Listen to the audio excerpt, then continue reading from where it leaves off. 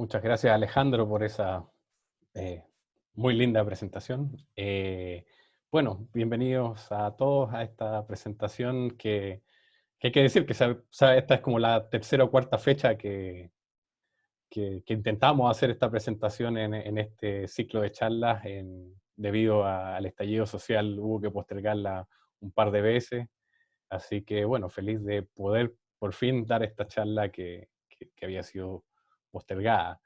Déjenme ver si, espero que me puedan escuchar bien. Voy a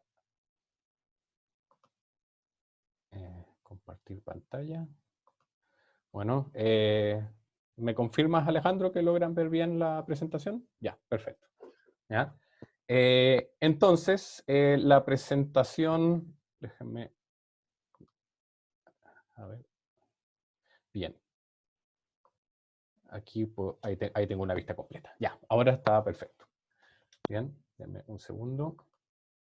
Estamos. Ya, ahí cerré los pop-ups. Tengo, creo que, todo para mí. Bien, entonces el título de la presentación es Aplicaciones de Uplift Modeling para la predicción de fuga. Ya Alejandro me presentó, este es un trabajo colaborativo entre varios investigadores. Diego Laya es un alumno colombiano que está haciendo su doctorado en la Universidad Libre de Bruselas, junto al profesor Wouter Verbeke. Junto a él estamos haciendo varios trabajos en el área de Uplift Modeling, con Jaime Miranda, que es un profesor de la FEN y el director del departamento en el cual trabajo, Jonathan Vázquez, que fue un alumno de Jaime en la FEN y ahora es académico en la Universidad de Valparaíso, y Gonzalo Domínguez, un alumno guiado por mí de magíster de la Universidad de los Andes.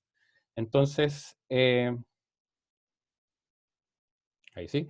La presentación de hoy es algo larga y ustedes tienen la libertad de irse y volver cuando quieran, así que lo más honesto sería mostrarles qué es lo que vamos a discutir hoy día. La agenda es Business Analytics. Primero me gustaría motivar el concepto de Business Analytics como un área de investigación que es parte de investigación de operaciones, por lo tanto calza bastante bien con lo que es el objetivo de esta serie de charlas, y esta combinación de lo que es minería de datos, a inteligencia artificial aplicada a negocio en general, pero también puede ser aplicada a otras áreas. Dentro de Business Analytics, una de las principales líneas de investigación que tengo yo y que existen en general es lo que es fuga de clientes, ¿ya? Y retención de clientes, ¿ya? Que está enmarcado dentro del mundo de Customer Relationship Management, que es un área de marketing que se puede hacer con decisiones de la guata, pero nosotros nos gusta hacerlo con modelos matemáticos y modelos predictivos. Para luego explicar lo que es realmente Uplift Modeling, que es un concepto relativamente nuevo y que ustedes quizás no conocen. Entonces ahí voy a explicar bien el concepto de lo que se trata principalmente en lo de la charla. Me gustaría hacer un break en ese momento, una vez que termine lo de Uplift Modeling, para luego pasar realmente a lo que yo me he dedicado y la investigación que estoy haciendo, que es aplicación en fuga de alumnos en universidades, que es una aplicación novedosa, ¿ya? Y la aplicación en fondos mutuos que estamos trabajando también, que son dos aplicaciones de Uplift Modeling que estamos avanzando, que son novedosas para la ciencia y por lo tanto ahí está la contribución científica de la charla. Bien. Entonces, me gustaría comenzar con una frase que encontré en un libro de Nate Silver, que se llama The Signal and the Noise. Nate Silver es quizá el autor del único bestseller en el área de análisis de datos, ¿ya? Nate Silver se hizo famoso porque tiene un blog y hace muchas predicciones, estaba metido en lo que era predicción de béisbol, de desempeño de deportista, y luego pasó a la parte política y se desempeñó en predecir los resultados de las elecciones. Y en la elección de Obama, eh, Obama-McCain, hace bastante tiempo, logró acertar perfectamente a cada uno de los estados. Entonces ahí se hizo una celebridad y se volvió conocido. Entonces, encontré esta frase uno de en su libro más conocido, que dice lo siguiente: el acierto, el acierto global, digamos, la predicción, es la mejor política para una persona que hace pronóstico. Es el pecado original de alguien que hace pronóstico, colocar la política, gloria personal, beneficio económico por sobre la verdad en el pronóstico. A veces uno lo hace con buenas intenciones, pero siempre hace el pronóstico peor. Y esa frase me llegó al cocoro, porque es justo lo que yo hago. Me siento como un pecador, porque justo lo que vamos a hablar de la charla es cómo podemos eh, orientar el objetivo a que no sea un mejor pronóstico, sino una mejor decisión directamente. Nosotros, no me refiero a la gloria personal, por supuesto, me refiero al beneficio económico o en realidad mucho más amplio, que es la toma de decisiones directamente, y vamos a sesgar nuestros modelos y tomar decisiones en combinación con los modelos predictivos. Y a lo mejor no vamos a tener el modelo más preciso, pero sí el modelo que nos permita tomar mejores decisiones. ¿Ya? Bueno, ¿en qué contexto dice Nate Silver esta frase? ¿Ya? Se refiere al concepto del wet bias, ¿ya? O el sesgo húmedo, por poner alguna traducción, que es que en muchos lugares de Estados Unidos sesgan la predicción para equivocarse menos con lo que es las lluvias, ya la predicción del clima. En este gráfico podemos ver la calibración del National Weather Service de Estados Unidos, que podemos ver que es casi insesgada.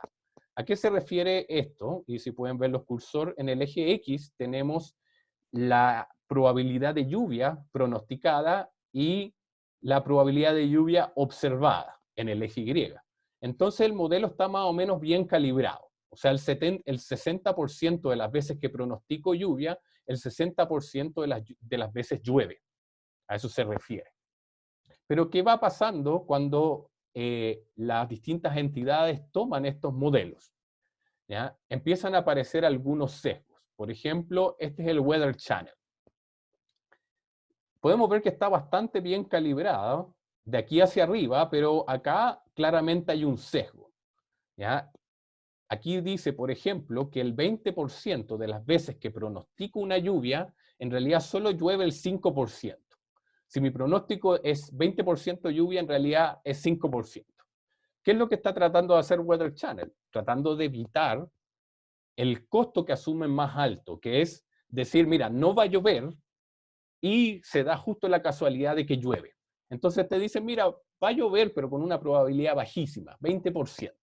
Pero en realidad la probabilidad real es como un 5%. Entonces se arriesgan y dicen, mira, puede que llueva y no llueve. ¿Ya? Y aquí tenemos un caso mucho más extremo, donde está todo corrido hacia abajo. Esto es un canal de televisión en Kansas City, que es el otro ejemplo que mencionaba Nate Silver, que dice, eh, eh, prácticamente en todos los casos, dice, mira, llueve mucho menos, o sea, el pronóstico está mucho más sesgado a favorecer las lluvias versus lo que pasa. ¿Ya? O sea, en casi todas las veces dice, mira, el 50% de las veces que pronostica lluvia, en realidad el 30% de las veces llueve. ¿Ya? Y ya al final dicen, estoy seguro que va a llover, pero en realidad llueve el 60-70% de las veces. ¿Ya? Entonces, Nate Silver se refiere a eso, dice, mira, nosotros no deberíamos hacer esto, porque estamos afectando el pronóstico. Pero yo no creo eso. Yo creo que esto lo hace un canal de televisión porque entiende el riesgo de equivocarse a un lado hacia otro y decir, mira, ¿sabes qué? Yo no quiero ser juzgado como el canal que predice lluvia, o sea, eh, le dice a la gente que sale a la calle y sale sin paraguas y se moja. ¿Ya? Ese costo lo asumen como mucho más alto y, en cierta forma, está bien ese sesgo. ¿Ya? Al menos yo creo que sí. Bueno, esto no lo digo yo, sino esto también va ya hay bastante investigación, y me guío aquí un poco con las palabras de David Hunt, que es uno de los estadísticos más importantes hoy en día, que dice que las métricas de desempeño como acierto global no son adecuadas para evaluar modelos predictivos, ¿ya? Y que uno tiene que enfocarse en el objetivo principal de la tarea. Y acá les muestro un ejemplo que me gusta bastante, que es que efectivamente hay distintos tipos de errores en clasificación, ¿ya? El error tipo 1 de predecir, por ejemplo, que ese señor está embarazada, cosa que claramente es un error, falso positivo, versus el otro error de diagnosticar, mira, sabes que tú no estás embarazada cuando la mujer claramente está embarazada. Bueno, salvo que sea el guatón filipino, como si se acuerdan. Bueno, si se acuerdan de esa referencia, les digo que están en el grupo de riesgo, quédense en sus casas y cuídense, ya, porque esa referencia tiene mucho tiempo. Los médicos han entendido súper bien todo esto, y nunca calculan el acierto global, siempre calculan el acierto en cada clase, porque yo decir que alguien no tenga un cáncer, que no tenga coronavirus, tiene un riesgo mucho más alto que el otro. Entonces, de hecho, nunca se atreven ni siquiera a calcular un acierto global, ¿ya? Entonces, si los médicos lo entienden, nosotros también deberíamos entendernos que trabajamos en datos de negocios. Entonces, con eso voy a Business Analytics. Business Analytics es la evolución de lo que se conoce como inteligencia de negocios, análisis de datos aplicados a negocios, que combina lo que es investigación de operaciones, decision support system y optimización para lograr que los negocios funcionen mejor. Que sea mejor no significa pura plata, ¿ya? Esto sí que, o sea, gracias a este tipo de aplicaciones se ha logrado un acceso mucho más equitativo a los créditos, sin discriminación.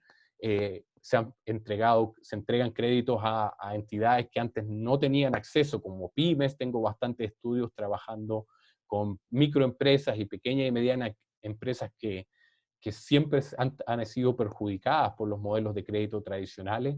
Entonces, esto trata de ir más allá, y lo que vamos a hablar de fuga de alumnos claramente tiene un objetivo de bienestar social y no de plata.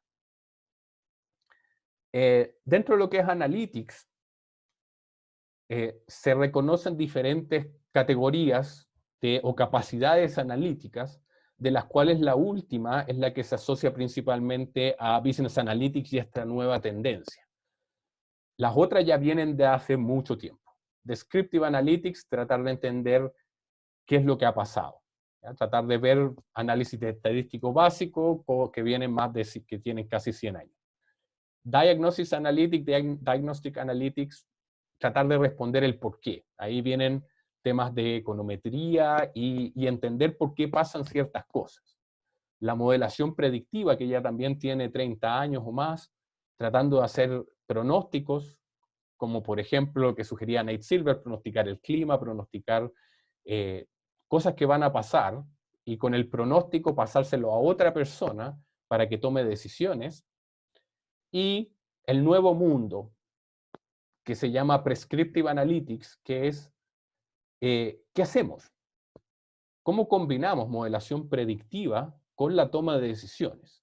¿Y por qué no hacemos todo junto? ¿Por qué no optimizamos al mismo tiempo que tomamos decisiones? Y el objetivo de la charla y de Uplift Modeling tiene mucho que ver con eso, de redefinir medidas que vayan orientadas hacia el negocio. La aplicación tradicional de Uplift Modeling son dos. Una es los modelos de incidencia de compra, hacer marketing directo, y lo otro es fuga de clientes. Me gusta explicarlos en base a estas diapositivas que se asocian con CRM, que CRM es Customer Relationship Management, que lo que busca establecer, que es como el área del marketing, que busca establecer relaciones rentables y duraderas con el cliente. Aquí está el ciclo de vida promedio de un cliente. Tenemos la línea de tiempo en el eje X y las utilidades que entrega ese cliente en el eje Y.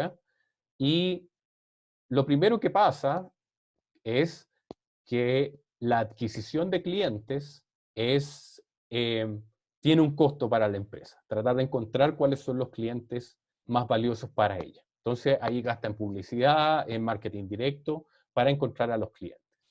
Luego el cliente crece y se desarrolla en la empresa, pero al final ya empieza a existir una mayor probabilidad de que se vaya y toma esta curva. Así, por eso se conoce como ciclo de vida.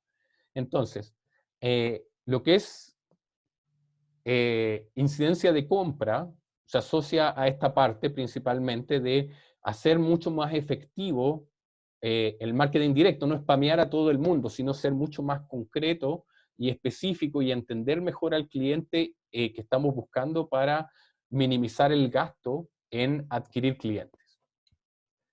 Otra área de lo que es CRM es ventas cruzadas. Tratar de aumentar la cantidad de ventas para proponerle a los clientes mejores planes o ofrecerles otras cosas. Por ejemplo, planes en telecomunicaciones, aumentarle los gigas a un mayor costo o ofrecer otro tipo de productos o servicios. Y finalmente, tratar de tener relaciones más duraderas que se asocia directamente con fuga de clientes, que es el principal objetivo de esta charla. Tratar de que el cliente, alargar la curva de vida del cliente. Entonces, fuga del cliente se refiere a un problema de clasificación, al menos así se ha tratado históricamente, tratar de predecir si un cliente se fuga, deja la compañía o no en el periodo siguiente. ¿Ya?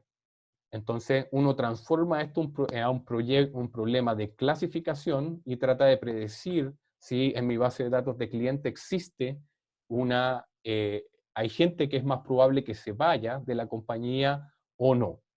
Entonces, ahí estamos en la parte predictiva.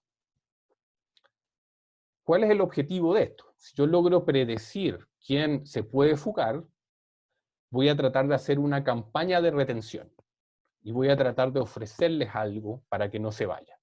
No sé si a ustedes los han llamado de, no sé, Movistar, Claro, Entel, decir, mire, no se vaya. Por lo general, hoy en Chile han sido más bien reactivos. Cuando tú dices, cuando ustedes llaman y dicen, mira, ¿sabes qué? Me quiero portar, me ofrecieron algo mejor en otro lado, y ahí te dicen, no, por favor, no se vaya, usted es un cliente muy valioso para nosotros, le ofrecemos el doble de lo que tiene al mismo precio.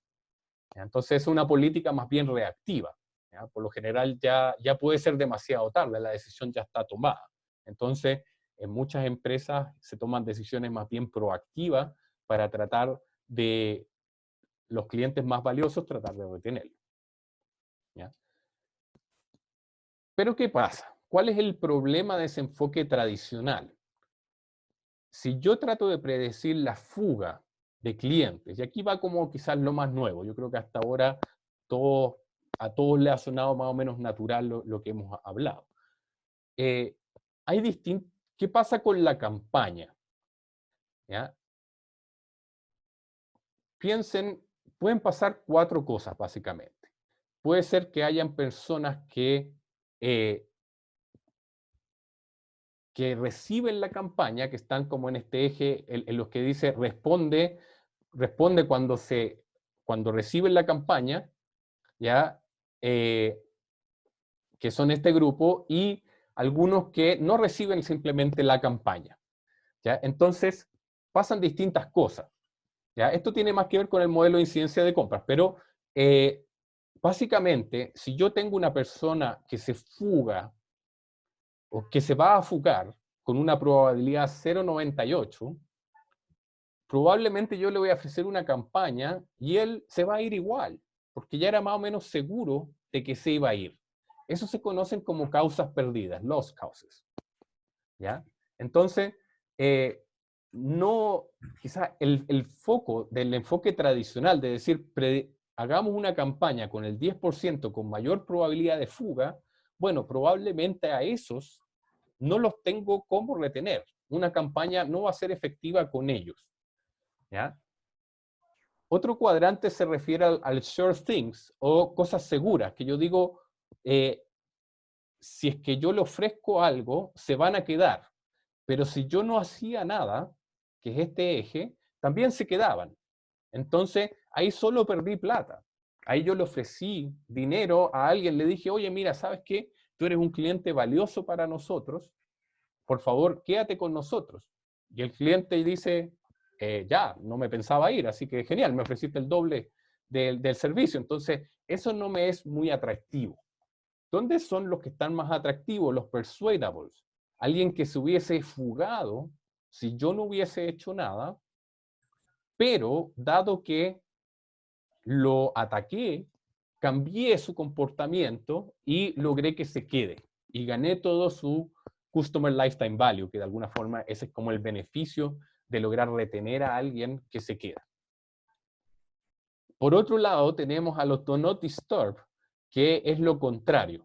Alguien que también se conoce como Sleeping Dogs, que es alguien que no se iba a ir, pero yo lo contacté y le dije, mira, ¿sabes qué? Te queremos en nuestra compañía, por favor no te vayas, te ofrecemos el doble el doble de tu producto, y dice, ah, mira, ¿sabes qué? Ahora me quiero ir. ¿Ya? Eso en telecomunicaciones no es común. En telecomunicaciones es raro que alguien se vaya gatillado por eso. Pero si se acuerdan en la agenda, el último tópico, hablamos de fondos mutuos. ¿Ya? Nosotros trabajamos con una empresa que ofrecía fondos mutuos y ese caso es crítico. ¿Por qué? Cuando yo hago una campaña de retención, por ejemplo, tiempos de coronavirus, todas las acciones al suelo, y yo le escribo un mensaje a los clientes y le digo, no se vayan, les voy a ofrecer mejores condiciones, casi como recordándoles que sus acciones se están yendo a piso, puede ser que eso sea mucho más complicado y que traiga una mucho mayor fuga que no haber hecho nada. ¿Ya? Entonces, esos son los 4 cuadrantes, espero que se entienda. Los causas perdidas, se fugan independiente de lo que haga, los contacte o no los contacte. Short things, no se fugan independiente de lo que haga. Persuadables, se fugan solo si no hago nada, los retengo si hago algo. Do not disturb, no se van a ir si no hago nada, pero si son parte de mi campaña, se van. Bien, esa es la teoría todavía. ¿Ya? Entonces, uplift, por definición, lo que buscamos es provocar un cambio en el comportamiento del cliente en respuesta de una campaña. Ese es nuestro objetivo último de campaña. No predecir fuga, sino tomar una mejor decisión sobre la campaña. Entonces, por eso se relaciona con Prescriptive Analytics, se relaciona con lo que yo les mencionaba de Nate Silver. ¿Ya? Entonces, es un cambiar el foco a evitar retener a los que solo tienen una mayor probabilidad de fuga y cambiar el foco a los clientes que tienen una mayor probabilidad de responder positivamente a la campaña. Ese es el nuevo foco. El foco clásico, y aquí vamos a utilizar una notación muy típica de medicina, porque esto también se aplica mucho en medicina, que es control y treatment. Tenemos un grupo de control, que es el grupo que no recibió la campaña. Tenemos un grupo que sí recibió la campaña. En general, los modelos tradicionales se enfocan solamente en el segmento que recibió la campaña y se construyen un modelo de clasificación donde trato de predecir mayor o menor fuga.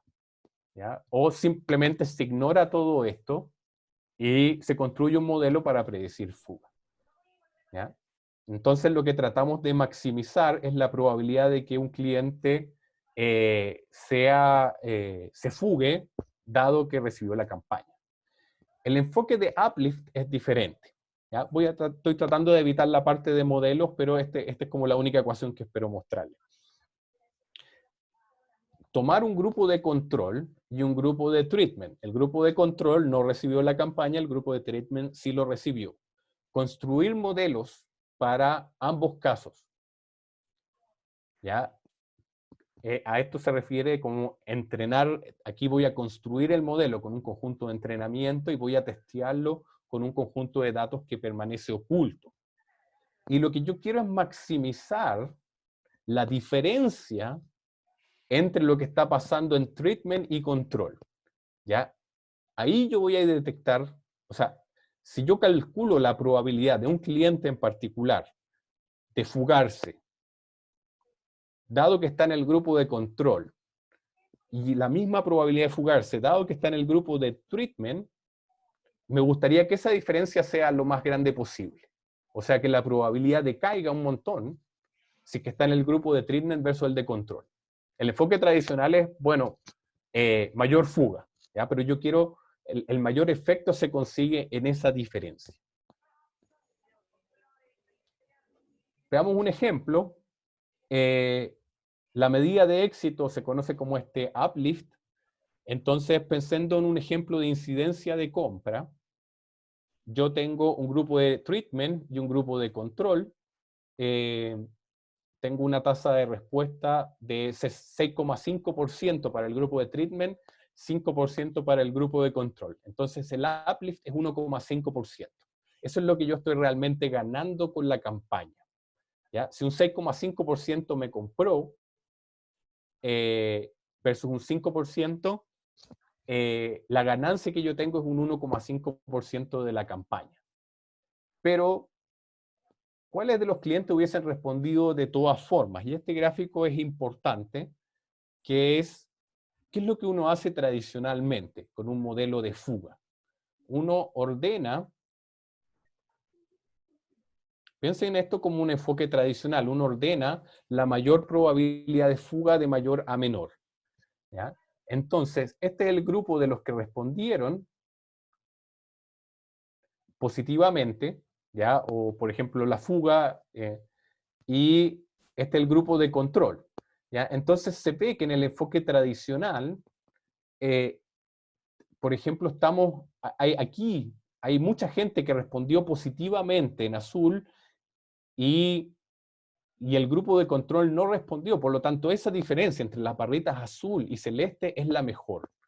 ¿Ya? Es muy buena acá y muy buena acá, pero acá no tanto. Entonces, lo que buscan estos modelos es rankear a las personas de acuerdo a su diferencia entre treatment y control. ¿Ya? Va a quedar más claro cuando lo veamos en la aplicación que les voy a mostrar de fuga de alumnos. Este es un ejemplo real, que es un caso de una empresa de telecomunicaciones que logró reducir su fuga, churn, fuga, logró reducir su fuga en un 36%, ¿ya? Haciendo campañas más pequeñas incluso, que también es el foco de lo que vamos a ver en la presentación de la parte de educación. Aquí es como paradójico, yo digo, bueno, gasto menos plata en una campaña que spamea a todo el mundo, hago una campaña focalizada justo solamente en las personas que me interesan, entonces tengo un volumen de tratamiento, un volumen de campaña mucho menor acá, o sea, un menor del 40%, pero mucho más enfocada y una campaña mucho más efectiva. Entonces, a eso apuntamos. ¿Cuáles son las aplicaciones tradicionales? Ya creo que esta es la última diapositiva antes de pasar a la primera ronda de consulta. ¿Cuáles son las tradicionales aplicaciones con las cuales se está usando Uplift? ¿Ya? Las dos primeras son las tradicionales. Todo este mundo partió con Response Uplift, tratar de entender a qué personas contacto para incidencia de compra, y fuga de clientes, a quién le ofrezco una campaña de retención en base a si tiene mayor probabilidad de ser retenido. Otras aplicaciones que han ido saliendo. Contenido. ¿A quién le ofrezco, a quién contacto a través de un advertising o qué productos ofrezco? Básicamente, cómo yo diseño el contenido. Selección de canal. ¿Qué canales utilizar para contactar a una persona? Utilizar el teléfono, el email, mail tradicional, post. ¿Ya? ¿Qué tipo de canal uno utiliza para contactar a la persona? Dynamic pricing, descuentos, cómo ofrezco descuentos, cómo manipulo los precios en base a la reacción que pueda tener el cliente en base a eso. modelos de riesgo, modelos de recolección, ¿ya? Tanto modelos como de riesgo de crédito, como modelos de recolección de cobranza. Esto es lo más que ha estado en boga. Cambridge Analytica. ¿Ya? Cambridge Analytica usó modelos de Uplift. ¿Ya? Y bueno, las campañas falsas o que distorsionan la verdad, como la campaña como muchas de las campañas que han habido hoy en día, eh, hacen que, claro, causó una gran polémica, pero esto ya tiene siglos, yo creo que desde la invención de la democracia, que se intenta manipular a las personas para que elijan un bando u otro. Solamente que Cambridge Analytica lo hizo bien. ¿Ya? ¿Y cómo lo hizo? Con modelos de Uplift, porque no es enfocarse a la persona que es seguro republicana que va a votar por Trump, sino a ese porcentaje de personas persuadables, convencibles de cambiarse de un lado a otro y que tengan una mayor reacción a las campañas del terror que se ofrecieron, que se mostraron, por ejemplo, en la última campaña de Trump. Y enfocados también en los swing states, que tiene que ver ya con una especie de targeting. ¿Ya? Pero la parte de la política se hizo muy, muy famosa. Medicina personalizada también, qué tratamiento debería recibir a alguien, etc. Bien, doy espacio para preguntas y no sé cómo hago eso. Vamos a ver, no sé si lo hacemos tú ahí, Alejandro, no sé si lo A hacemos por ver, si alguien micrófono o tiene por el alguna chat. pregunta específica, la podemos hacer o por el chat o abre su micrófono y la puede hacer también, así que adelante. Ahí levantó la mano Matías, podemos hacerlo con Sí, levantar la hola, mano. ¿me escuchan? ¿Sí? Oye, gracias Sebastián, muy, muy iluminadora esta parte, la verdad es que aclaran varios conceptos que siempre nos dan vuelta lo pusiste en un modelo bien claro y bien entendible, así que te lo agradezco. La Gracias. parte esta también de cómo se aplica el analytics en los diversos niveles también es algo que yo trato de enseñar en mi curso y ese gráfico me gustó mucho, que hay modelos descriptivos, predictivos, prescriptivos. Eh, en particular, hay algo que me gustaría preguntarte que es, tú siempre tienes que compararte contra un caso base, ¿no es cierto?, contra un control. Y Sí, en la práctica, tú solamente observáis una de las dos situaciones. O sea, hiciste o no hiciste la campaña, entonces tenéis una. Entonces, claro. hay un tema de calibración, de cómo puedes estimar el otro lado si nunca lo observaste, solo observaste un resultado. Y no Claro. sé, hay alguna herramienta de aprendizaje por máquina o reinforcement learning que te permita estimar el otro lado, o cómo se hace eso. Eso es lo que no lo visualizo. Si puedes Sí. O comentar sea, algo. sí, vas a calibrarlo con modelos que tengan personas que se fugan, personas que no se fugan, que no recibieron la campaña y personas que sí recibieron la campaña, que se fugaron o no se fugaron.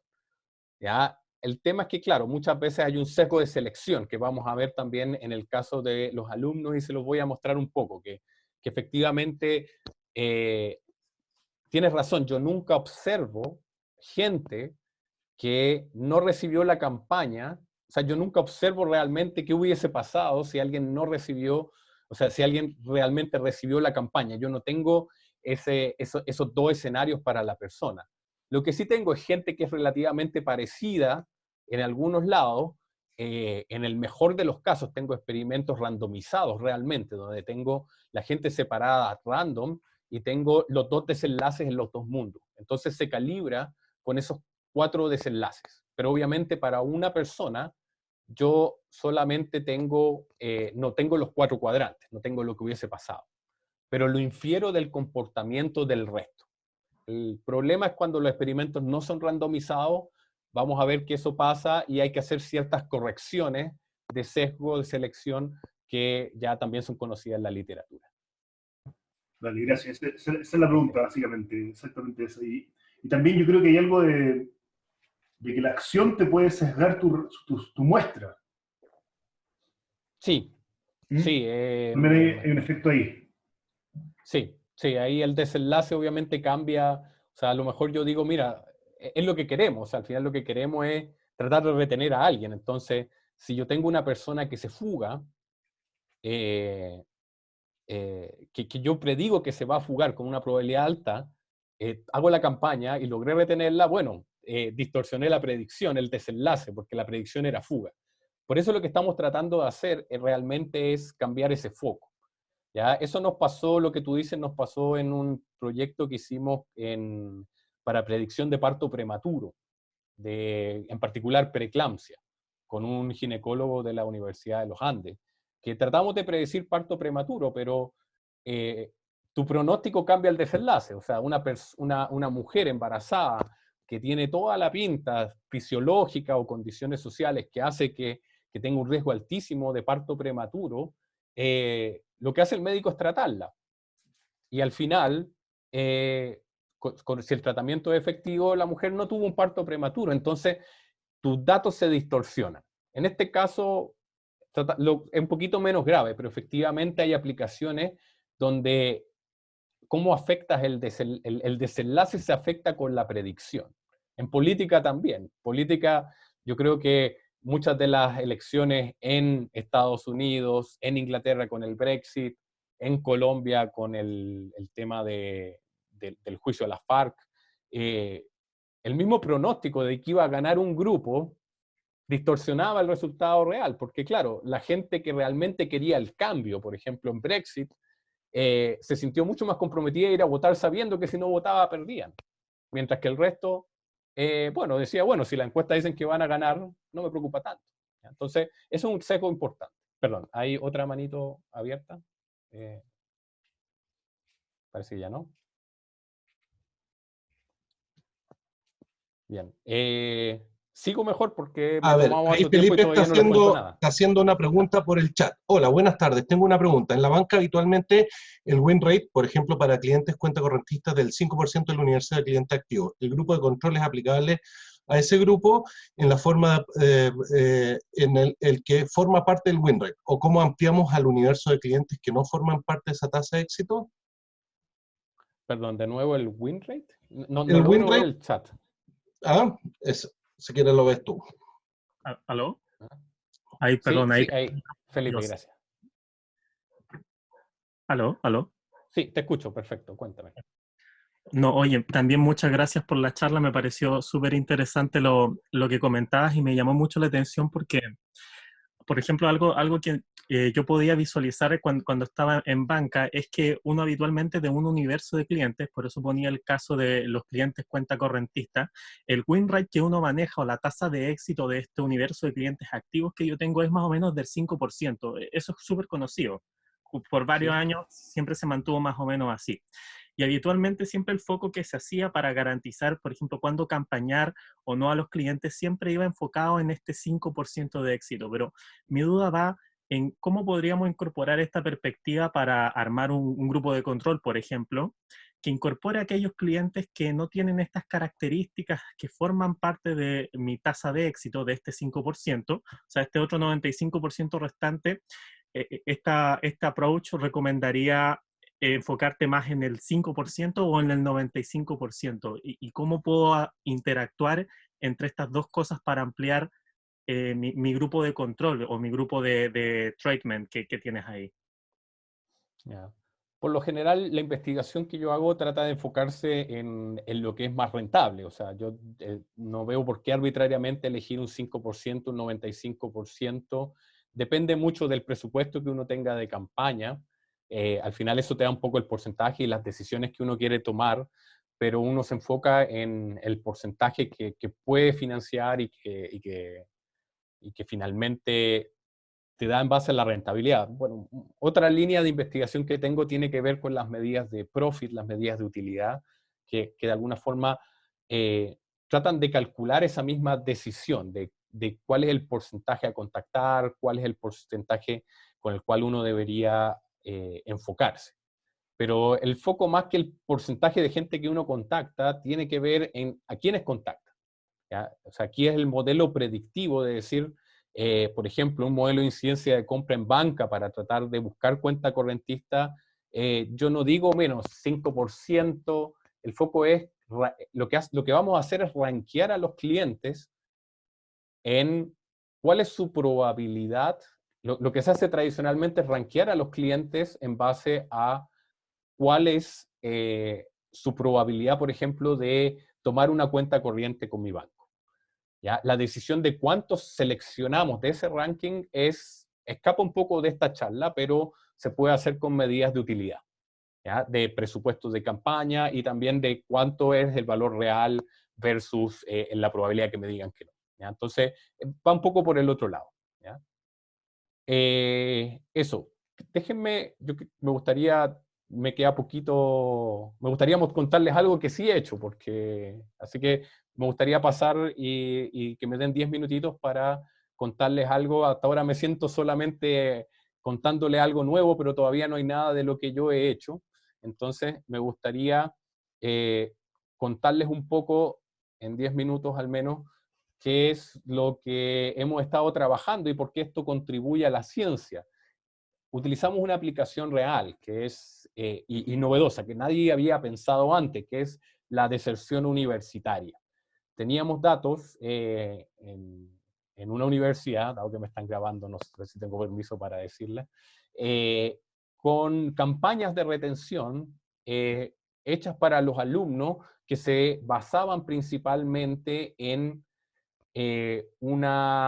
tutorías, tratar de que el alumno se enfoque en, o sea, un alumno, muchas de las causas principalmente que se identifican en todos lados es que los alumnos se fugan por motivación principalmente, pero también por desempeño, ¿ya? Y muchas veces el desempeño y la motivación están ligadas, ¿ya? Yo no soy un experto en educación, así que perdónenme ahí si hay algo que me equivoco, pero lo que principalmente encontramos era que para evitar la deserción había que enfocarse en el desempeño académico y utilizamos datos de campañas de tutorías de alumnos para que les vaya mejor y eso los utilizamos como campaña de retención.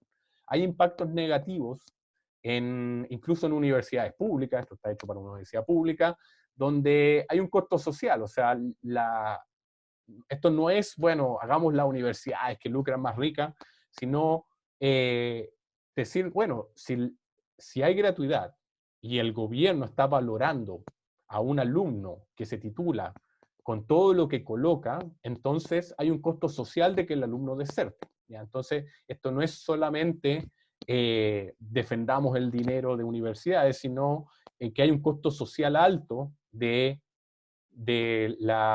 equivocarse, de que el alumno deserte, ¿ya? Entonces, el foco tradicional, todos los modelos que habíamos visto, que está ampliamente estudiado en la literatura, de fuga de alumnos, es enfocarse en detectar mayor probabilidad de fuga, ¿ya? Y eso te lleva a veces a que tus campañas sean inefectivas porque efectivamente hay una persona que con una probabilidad 0,99 se va a ir, entonces no digo que no tenga sentido retenerlo, sería poco ético, pero ya vamos a hablar de ese punto, pero quizás deberías hacer campañas focalizadas en un segmento particular que un modelo como este te pueda decir. Enfócate en aquellas personas donde las tutorías realmente son más efectivas. Entiende ese perfil y trata de hacer una campaña mucho más focalizada en eso. Con la universidad que nosotros trabajamos, se le ofrecía a todo el mundo esta tutoría. Y era decisión del alumno quien la tomaba. No había un llamado concreto a un segmento en particular, sino le decían, mira, son todos bienvenidos en esta tutoría. Entonces, queremos ver si con este tipo de estrategias podemos nos gustaría mantener este llamado también a todos, que el que quiera. No, obviamente no le vamos a negar a nadie el acceso, pero nos gustaría quizá hacer secciones mucho más concretas, orientadas a los problemas, justo a las personas que si toman las tutorías, cambian su comportamiento, ¿ya? Trabajamos con datos de 3.290 alumnos, estimamos fuga a partir del segundo y tercer semestre, utilizando datos del primer semestre, desempeño primer semestre y datos sociodemográficos, ¿ya? Tenemos datos y me salté toda la parte de los modelos, pero quiero que veamos los resultados. Entonces, tenemos alumnos que se fugaron sin tutorías, alumnos que se fugaron con tutorías, y el efecto que se tiene es 1.46% positivo, ¿ya? O sea, se fuga menos gente con el programa. Entonces, al menos eso es positivo. Y nos gustaría ver si encontramos modelos que identifican menos gente, pero podemos tener un uplift más grande que 1.46. Ese es el foco de este problema. Lo primero que encontramos, lo que les mencionaba en las preguntas, seco de selección. Hay distintos, dentro de los que tomaron las tutorías y los que no tomaron las tutorías, recuerdan, invitamos a todos, pero un porcentaje menor, 20%, realmente tomó las tutorías. Y ese porcentaje, que no es manipulación nuestra, no es decisión nuestra, sino de cada uno, se comportaba diferente al resto, ¿ya? Por ejemplo, los que sí tomaron las tutorías tienen un ingreso familiar menor, un puntaje menor en matemáticas, bueno, y aquí están algunas diferencias ranqueadas, pero las principales diferencias tienen que ver con temas sociodemográficos, principalmente, ¿ya? Aquí recién aparece, o sea, hay bastantes diferencias en temas aquí. Las primeras son más bien sociodemográficas y luego aparece, por ejemplo, el desempeño en el primer semestre en matemáticas. ¿Ya? Lo que encontramos interesante también. O sea, la gente que viene quizás de ingresos más bajos toma estas tutorías y es menos que el efecto que tiene del primer semestre. El tema es que hay que construir modelos que traten de controlar por eso, ¿ya? El primer mensaje es que las tutorías serían aún más efectivas si hubiesen sido experimentos randomizados, ¿ya? O sea, sería, el uplift hubiese sido mayor. O sea, aquí vemos que la gente efectivamente estaba, o sea, la gente realmente necesitaba estas tutorías, la toma, y aún así hay menos fuga en eso. Este es el gráfico que les mostré antes, uplift, modelo de uplift mientras modelos tradicionales. Este es el mejor modelo que encontramos, y efectivamente, esta es la gente más convencible, ¿ya? O la gente que tiene un mayor efecto en las tutorías. Nuestro modelo nos ordena, está separado por cuartiles, y nuestro modelo, y esto es modo predictivo, esto ya es el desenlace de lo que pasa, ¿ya? No datos que está viendo el modelo, sino datos de predicción. Tomamos como el último año que estábamos estudiando, lo tomamos para predecir.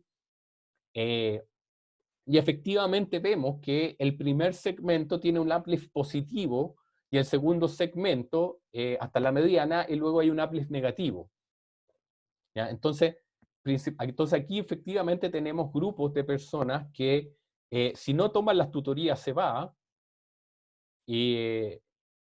pero al tomarla es más probable que las logremos retener. A diferencia de lo que diría un modelo que trate de predecir fuga, donde encontró uplift positivo en este segmento y en este segmento. Probablemente los que están acá son gente de causas perdidas, ¿ya? Entonces, por eso es importante estos gráficos de lift que se llaman. Aquí está, bueno, esto es investigación, entonces podemos usar solo un modelo, pero los reviewers nos dirían, bueno, prueba 10 modelos, incluyendo el mío que está en la literatura. Probamos como 15 modelos, que son los que están acá, conocidos de uplift. Aquí no inventamos un modelo nuevo, pero sí tomamos las complejidades de una aplicación.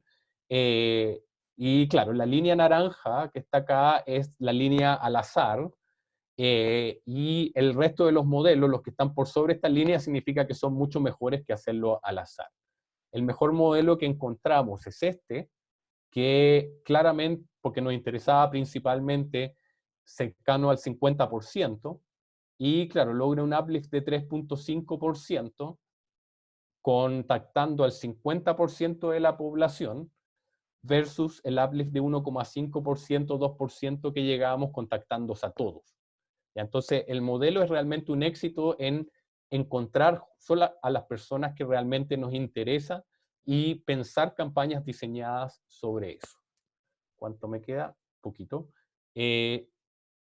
Algunas de las variables que encontramos relevantes, la gente más influenciables están en azul, en el cuartil 1, la gente menos influenciable o con uplift negativo, ¿ya? Aquí asumimos que realmente nadie que toma la tutoría se va a ir por la tutoría, ¿ya? Pero digamos es la gente que la tutoría tiene menos efecto. Entonces, aquí entendemos algunas de las causas que nos permiten hacer un mejor perfilamiento y orientar las tutorías al segmento azul, que es el que más nos interesa, ¿ya? De los comprensibles, ¿ya? Que tiene mucho que ver, no tanto por la carrera que eligió, pero sí hay una gran diferencia, por ejemplo, si tiene colegio privado o colegio público. La mayoría que deberían ir a la campaña son de colegios, no son de colegios privados, o por ejemplo acá el desempeño del primer semestre, el desempeño de inglés en el primer semestre también encontramos como una variable súper relevante que también refleja un tema sociodemográfico, ¿ya? Incluso una variable como el número de miembros familiares. Esta quizás no distingue muy bien en el cuartil azul, pero efectivamente encontramos variables que explican el fenómeno y que con eso uno puede diseñar una mejor campaña.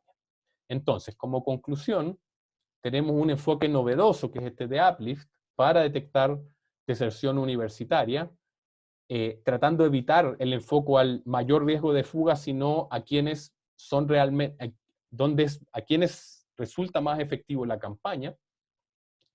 Y una nota grande e importante, que es seguramente la pregunta que tienen en mente: esto no busca reemplazar el llamado abierto actual, esto no busca negarle las tutorías a la gente que le va peor, o a la gente que realmente dice, oye, pero yo quiero mis tutorías igual para mejorar, sino simplemente diseñar llamados específicos, quizás mucho más, incluso pueden llegar a ser obligatorios, a un segmento en concreto que creemos que es más relevante, y diseñar la tutoría en base a las necesidades de esas personas y no hacer una tutoría masiva.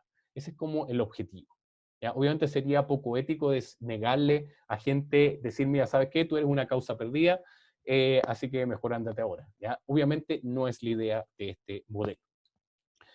Termino 2 minutos con lo que estamos haciendo en fondos mutuos. Trabajamos para una empresa que quería estudiar la fuga de clientes en fondos mutuos, y lo que les comentaba, que este trabajo ya está en minor revision, así que todavía no está publicado, pero ya está bastante avanzado.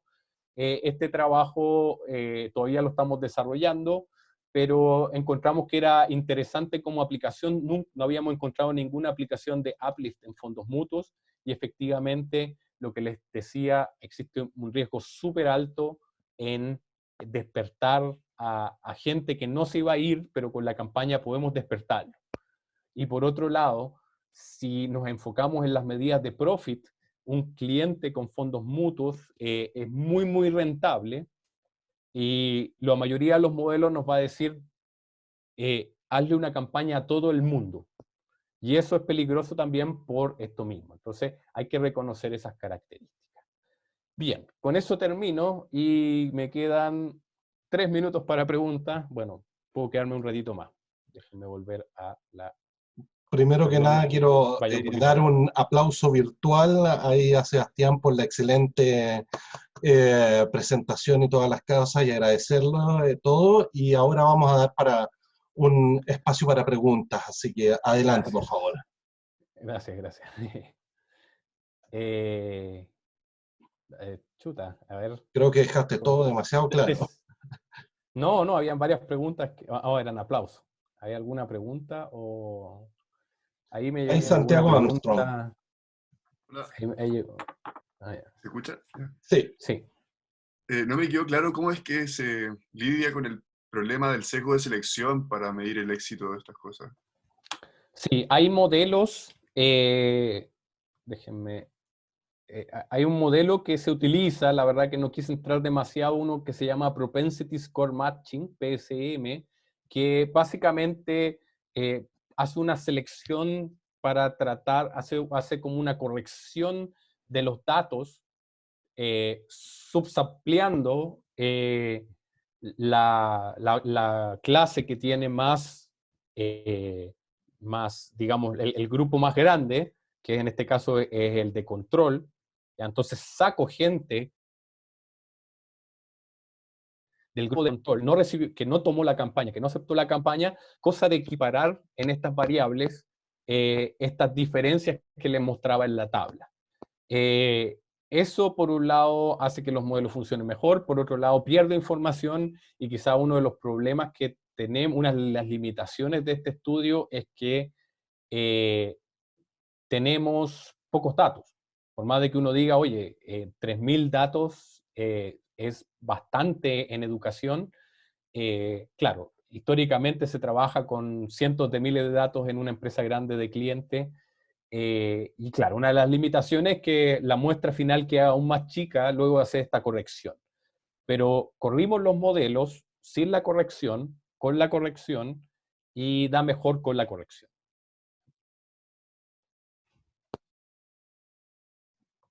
Excelente. Sí. ¿Alguna otra duda o pregunta que tengamos? Yo tengo una duda. Nicolás, adelante. Nicolás.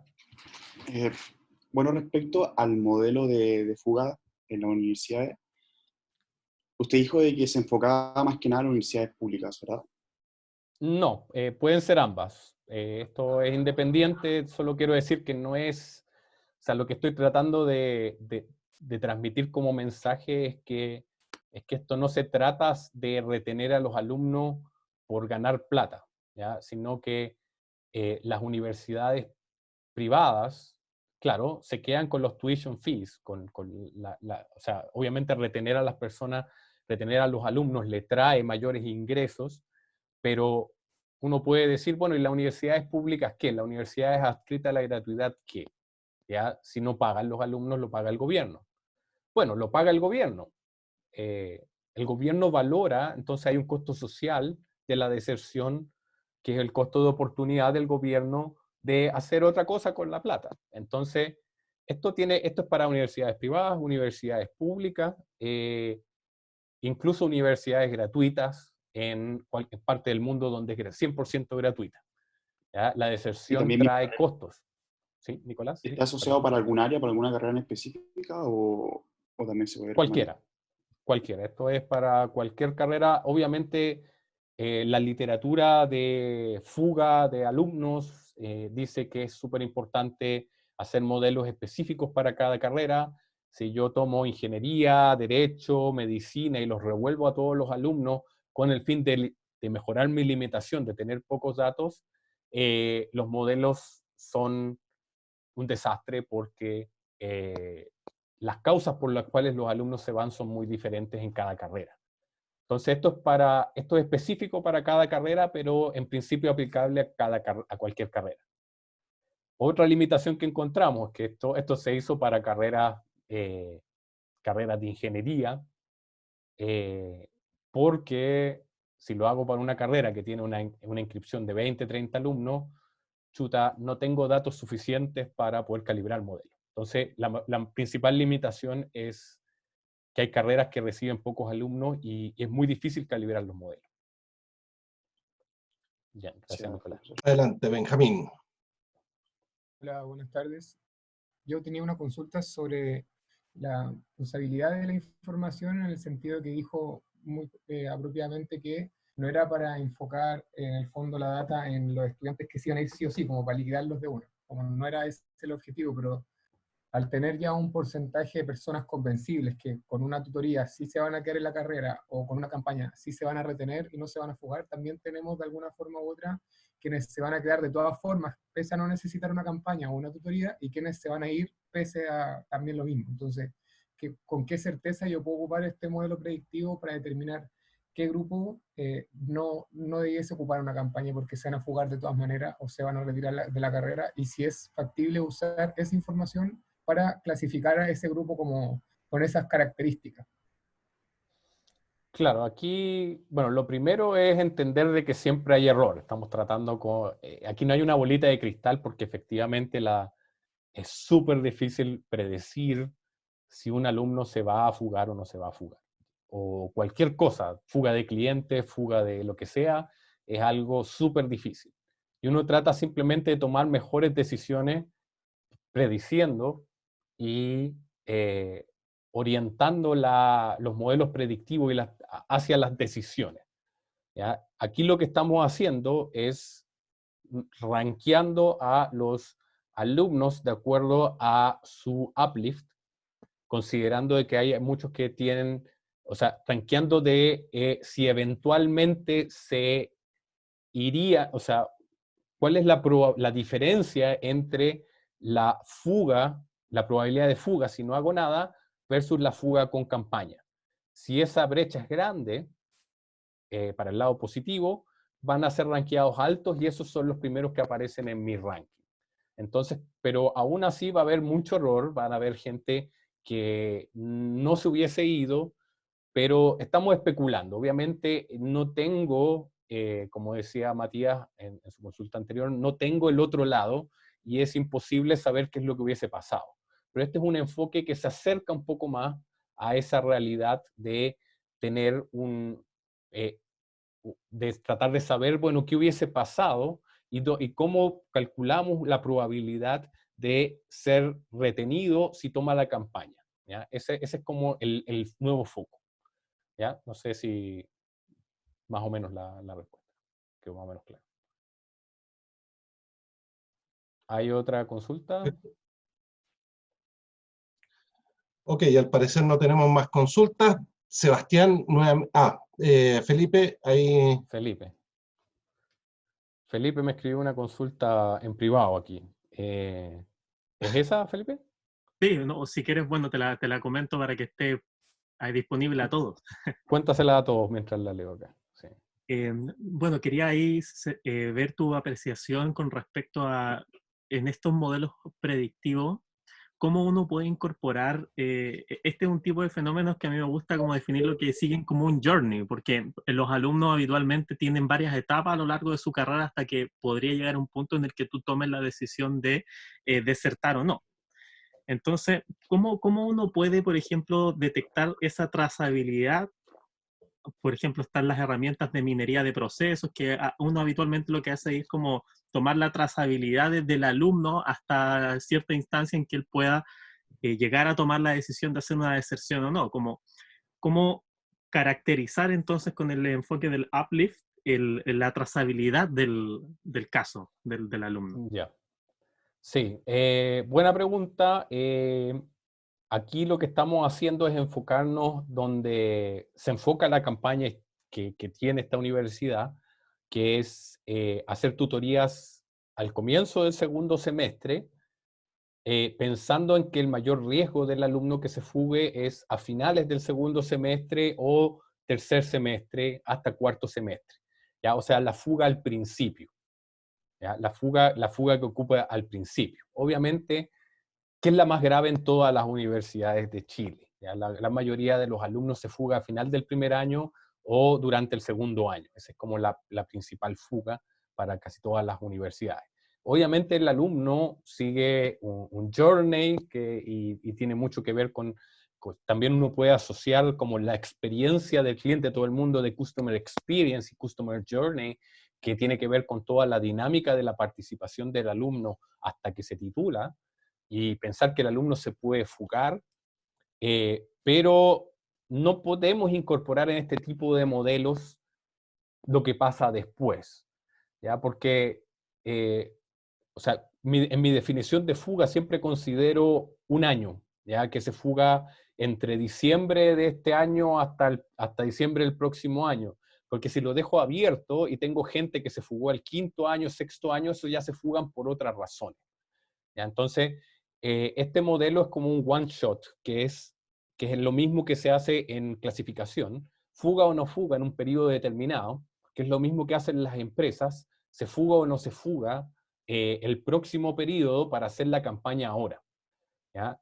Si queremos estudiar un poco más lo del Customer Journey, hay modelos, por ejemplo, de análisis de supervivencia, que lo que buscan es responder la pregunta, ¿cuándo se va a fugar?